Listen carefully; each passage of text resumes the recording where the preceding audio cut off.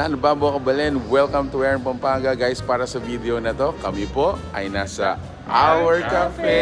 Guys, samahan niyo po kami today and we're gonna tour you to the place, show you the food that they serve to us.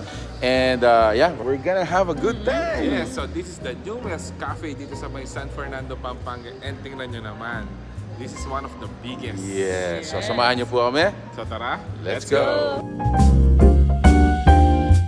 Alright, so again guys, welcome to Our Cafe. Located po ito dito sa may San Fernando, Pampanga. And this is the first level. Meron po tayong second level dining. And also, actually during our first meeting dito, they showed us yung roof deck, which is also available for dining for announcement. So ayun guys, it has a Christmas theme for now.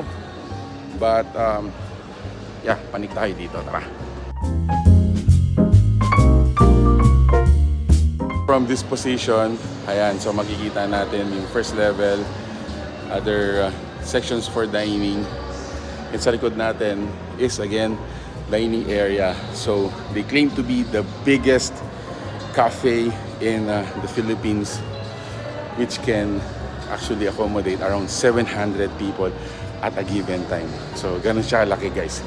Ganun kalaki yung lugar natin dito. Actually guys, kung makakapunta po kayo dito, my personal take, para siyang mall. Ganun kalaki. So I can imagine like if we divide this section into stalls, siguro meron po siyang more than 20 stalls. So imagine meron ng 20 store na ganun kalaki yung cafe, di ba? Guys, if you want private spaces, so meron po tayong parang mga, what do we call this? Yeah, mga secluded rooms, no? Although they are not enclosed, pero almost private na rin. So that one is also a private room.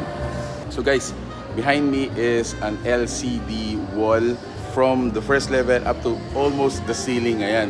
So dito, you can actually put your advertisement or ito yung gusto kong i-share sa inyo na idea. Pwede po kayong mag-propose dito, di ba? Will you marry me? Ay, ang galing. Ang ganda ng spot na to, guys, for sure.